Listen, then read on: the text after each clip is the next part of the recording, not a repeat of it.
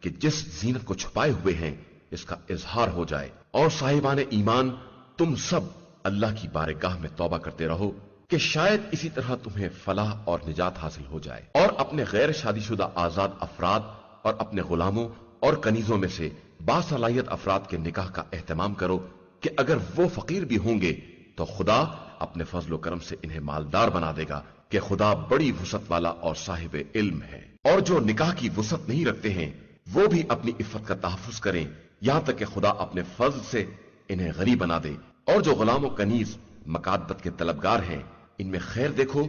تو ان سے مکاتبت کر لو، بلکہ جو مال خدا نے تمہیں دے رکھا ہے اس میں سے کچھ حصہ انہیں بھی دے دو، اور خبردار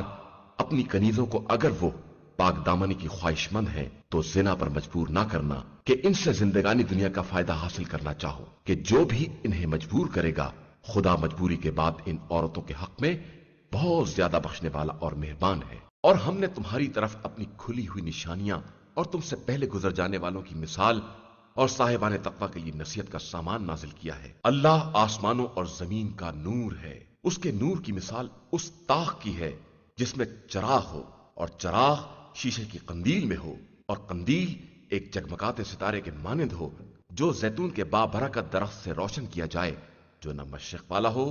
نہ مغرب والا، اور قریب ہے کہ اس کا روغن بھڑک اٹھے چاہے اسے آگ مس بھی نہ کرے۔ یہ نور بالائے نور ہے، اور اللہ اپنے نور کے لیے جسے چاہتا ہے ہدایت دے دیتا ہے، اور اسی طرح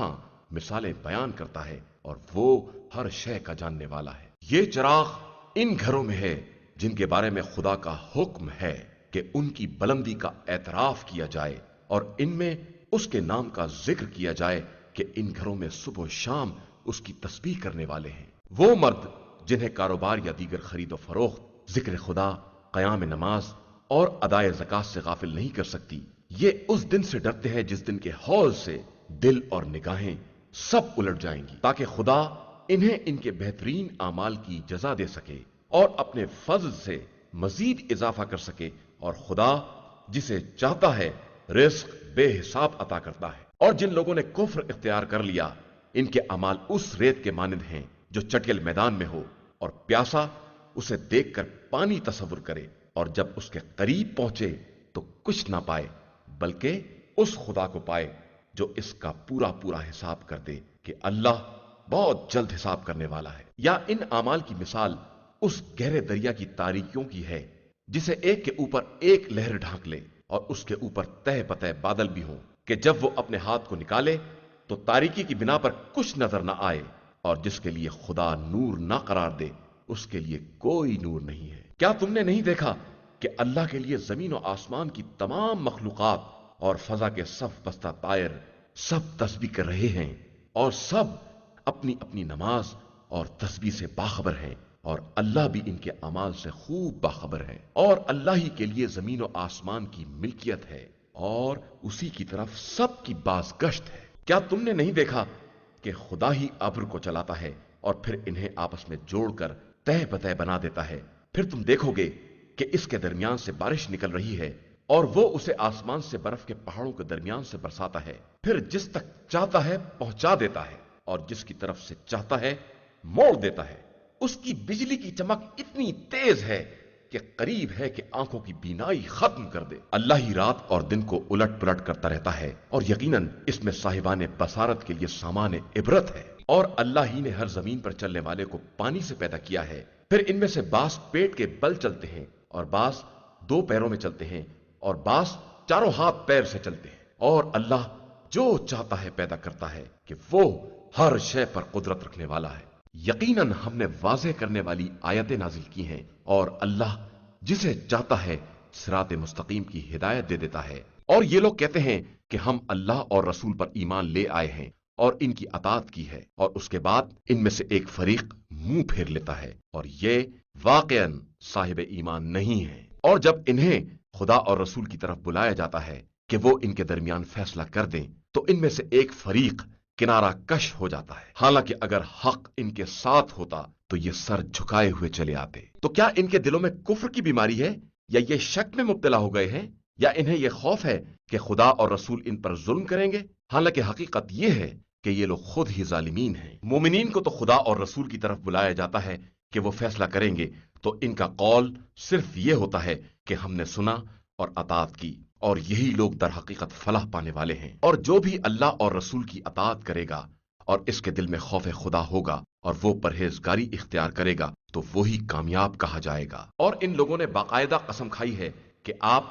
حکم دے دیں گے تو یہ گھر سے باہر نکل جائیں گے، تو آپ صلی اللہ علیہ وآلہ وسلم کہہ دیجئے کہ قسم کی ضرورت نہیں ہے، عمومی قانون کے مطابق اطاعت کافی ہے، کہ یقیناً اللہ ان اعمال سے باخبر ہے جو تم لوگ انجام دے رہے ہو۔ آپ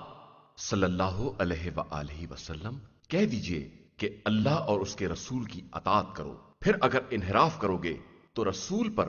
وہ ذمہ داری ہے جو اس کے ذمہ رکھی گئی ہے، اور تم پر وہ مسئولیت ہے جو تمہارے ذمہ رکھی گئی ہے، اور اگر تم اطاعت کرو گے تو ہدایت پا جاؤ گے، اور رسول صلی اللہ علیہ وآلہ وسلم کے ذمے واضح تبلیغ کے سوا اور کچھ نہیں ہے۔ اللہ نے تم میں سے صاحبان ایمان و عمل صالح سے وعدہ کیا ہے کہ انہیں روئے زمین میں اسی طرح اپنا خلیفہ بنائے گا جس طرح پہلے والوں کو بنایا ہے، اور ان کے لیے اس دین کو غالب بنائے گا جسے ان کے لیے پسندیدہ قرار دیا ہے، اور ان کے خوف کو امن سے تبدیل کر دے گا کہ وہ سب صرف میری عبادت کریں گے اور کسی طرح کا شرک نہ کریں گے، اور اس کے بعد بھی کوئی کافر ہو جائے تو در حقیقت وہی لوگ فاسق اور بد کردار ہیں۔ اور نماز قائم کرو، زکوٰۃ ادا کرو، اور رسول صلی اللہ علیہ وآلہ وسلم کی اطاعت کرو کہ شاید اسی طرح تمہارے حال پر رحم کیا جائے۔ خبردار یہ خیال نہ کرنا کہ کفر اختیار کرنے والے زمین میں ہم کو عاجز کر دینے والے ہیں، ان کا ٹھکانہ جہنم ہے اور وہ بدترین انجام ہے۔ ایمان والو، تمہارے غلام و کنیز اور وہ بچے جو ابھی سن بلوغ کو نہیں پہنچے ہیں، ان سب کو چاہیے کہ تمہارے پاس داخل ہونے کے لیے 3 اوقات میں اجازت لیں، نماز صبح سے پہلے اور دوپہر کے وقت جب تم کپڑے اتار کر آرام کرتے ہو، اور نماز عشاء کے بعد۔ یہ 3 اوقات پردے کے ہیں، اس کے بعد تمہارے لیے یا ان کے لیے کوئی حرج نہیں ہے کہ ایک دوسرے کے پاس چکر لگاتے رہیں، کہ اللہ اسی طرح اپنی آیتوں کو واضح کر کے بیان کرتا ہے، اور بے شک اللہ ہر شے کا جاننے والا اور صاحب حکمت ہے۔ اور جب تمہارے بچے حد بلوغ کو پہنچ جائیں تو وہ بھی اسی طرح اجازت لیں جس طرح پہلے والے اجازت لیا کرتے تھے۔ پروردگار اسی طرح تمہارے لیے اپنی آیتوں کو واضح کر کے بیان کرتا ہے کہ وہ صاحب علم بھی ہے اور صاحب حکمت بھی ہے۔ اور ضعیفی سے بیٹھ رہنے والی عورتیں جنہیں نکاح سے کوئی دلچسپی نہیں ہے، ان کے لیے کوئی حرج نہیں ہے کہ وہ اپنے ظاہری کپڑوں کو الگ کر دیں، بشرطے کہ زینت کی نمائش نہ کریں، اور وہ بھی عفت کا تحفظ کرتی رہیں، کہ یہی ان کے حق میں بھی بہتر ہے، اور اللہ سب کی سننے والا اور سب کا جاننے والا ہے۔ نابینا کے لیے کوئی حرج نہیں ہے، اور لنگڑے آدمی کے لیے بھی کوئی حرج نہیں ہے، اور مریض کے لیے بھی کوئی عیب نہیں ہے، اور خود تمہارے لیے بھی کوئی گناہ نہیں ہے کہ اپنے گھروں سے یا اپنے باپ دادا کے گھروں سے یا اپنی ماں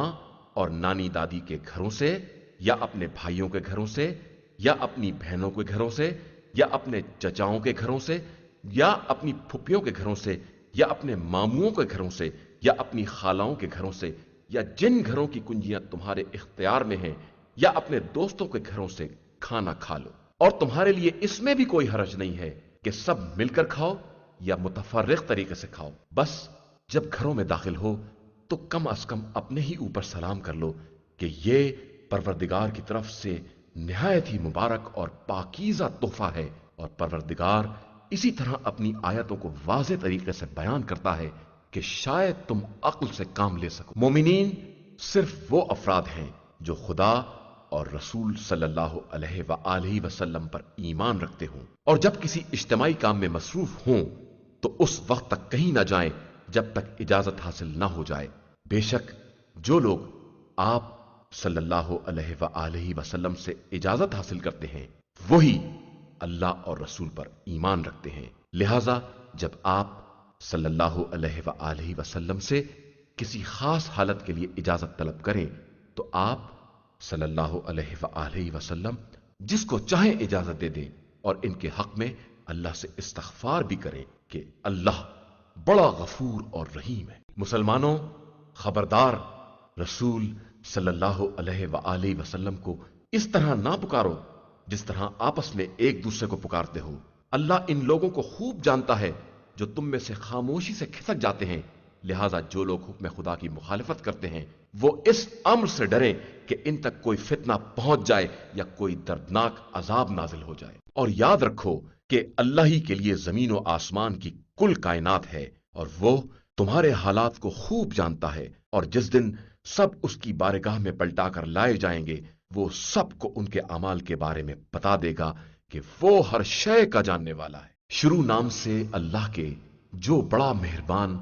نہایت رحم کرنے والا ہے۔ بابرکت ہے وہ خدا جس نے اپنے بندے پر فرقان نازل کیا ہے تاکہ وہ سارے عالمین کے لیے عذاب الہی سے ڈرانے والا بن جائے۔ آسمان و زمین کا سارا ملک اسی کے لیے ہے، اس نے نہ کوئی فرزند بنایا ہے اور نہ کوئی اس کے ملک میں شریک ہے، اس نے ہر شے کو خلق کیا ہے اور صحیح اندازے کے مطابق درست بنایا ہے۔ اور ان لوگوں نے خدا کو چھوڑ کر ایسے خدا بنا لیے ہیں جو کسی بھی شے کے خالق نہیں ہیں بلکہ خود ہی مخلوق ہیں، اور خود اپنے واسطے بھی کسی نقصان یا نفع کے مالک نہیں ہیں، اور نہ ان کے اختیار میں موت و حیات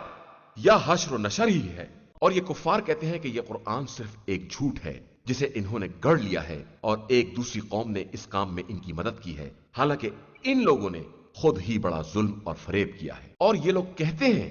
کہ یہ تو صرف اگلے لوگوں کے افسانے ہیں جسے انہوں نے لکھوا لیا ہے، اور وہی صبح و شام ان کے سامنے پڑھے جاتے ہیں۔ آپ صلی اللہ علیہ وآلہ وسلم کہہ دیجئے کہ اس قرآن کو اس نے نازل کیا ہے جو آسمانوں اور زمین کے رازوں سے باخبر ہے، اور یقیناً وہ بڑا بخشنے والا اور مہربان ہے۔ اور یہ لوگ کہتے ہیں کہ اس رسول کو کیا ہو گیا ہے کہ یہ کھانا بھی کھاتا ہے اور بازاروں میں چکر بھی لگاتا ہے، اور اس کے پاس کوئی ملک کیوں نہیں نازل کیا جاتا جو اس کے ساتھ مل کر عذاب الہی سے ڈرانے والا ثابت ہو، یا اس کی طرف کوئی خزانہ ہی گرا دیا جاتا، یا اس کے پاس کوئی باغ ہی ہوتا جس سے کھاتا پیتا۔ اور پھر یہ ظالم کہتے ہیں کہ تم لوگ ایک جادو زدہ آدمی کا اتباع کر رہے ہو۔ دیکھو ان لوگوں نے تمہارے لیے کیسی کیسی مثالیں بیان کی ہیں، یہ تو بالکل گمراہ ہو گئے ہیں اور اب راستہ نہیں پا سکتے ہیں۔ بابرکت ہے وہ ذات جو اگر چاہے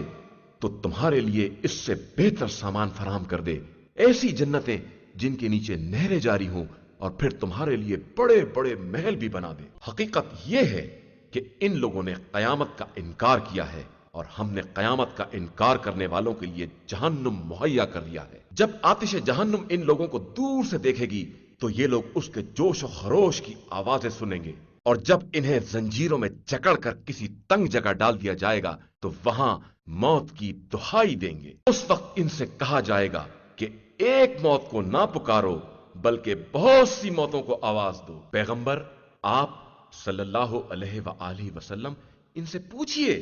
کہ یہ عذاب زیادہ بہتر ہے یا وہ ہمیشگی کی جنت جس کا صاحبان تقوی سے وعدہ کیا گیا ہے، اور وہی ان کی جزا بھی ہے اور ان کا ٹھکانہ بھی۔ ان کے لیے وہاں ہر خواہش کا سامان موجود ہے اور وہ اس میں ہمیشہ رہنے والے ہیں، اور یہ پروردگار کے ذمے ایک لازمی وعدہ ہے۔ اور جس دن بھی خدا ان کو اور ان کے خداؤں کو جنہیں یہ خدا کو چھوڑ کر پکارا کرتے تھے سب کو ایک منزل پر جمع کرے گا اور پوچھے گا کہ تم نے میرے بندوں کو گمراہ کیا تھا یا یہ از خود بھٹک گئے تھے، تو یہ سب کہیں گے کہ تو پاک اور بے نیاز ہے، اور ہمیں کیا حق ہے کہ تیرے علاوہ کسی اور کو اپنا سرپرست بنائیں۔ اصل بات یہ ہے کہ تو نے انہیں اور ان کے بزرگوں کو عزت دنیا عطا کر دی، تو یہ تیری یاد سے غافل ہو گئے، اس لیے کہ یہ ہلاک ہونے والے لوگ ہی تھے۔ دیکھا تم لوگوں نے کہ تمہیں وہ بھی جھٹلا رہے ہیں جنہیں تم نے خدا بنایا تھا، تو اب نہ تم عذاب کو ٹال سکتے ہو اور نہ اپنی مدد کر سکتے ہو، اور جو بھی تم میں سے ظلم کرے گا اسے ہم بڑے سخت عذاب کا مزہ چکھائیں گے۔ اور ہم نے آپ صلی اللہ علیہ وآلہ وسلم سے پہلے بھی جن رسولوں کو بھیجا ہے وہ بھی کھانا کھایا کرتے تھے اور بازاروں میں چلتے تھے، اور ہم نے بعض افراد کو بعض کے لیے وجہ آزمائش بنا دیا ہے۔ تو مسلمانوں کیا تم صبر کر سکو گے جبکہ تمہارا پروردگار بہت بڑی بصیرت رکھنے والا ہے؟ إِنَّا هَدَيْنَاهُ السَّبِيلَ إِمَّا شَاكِرًا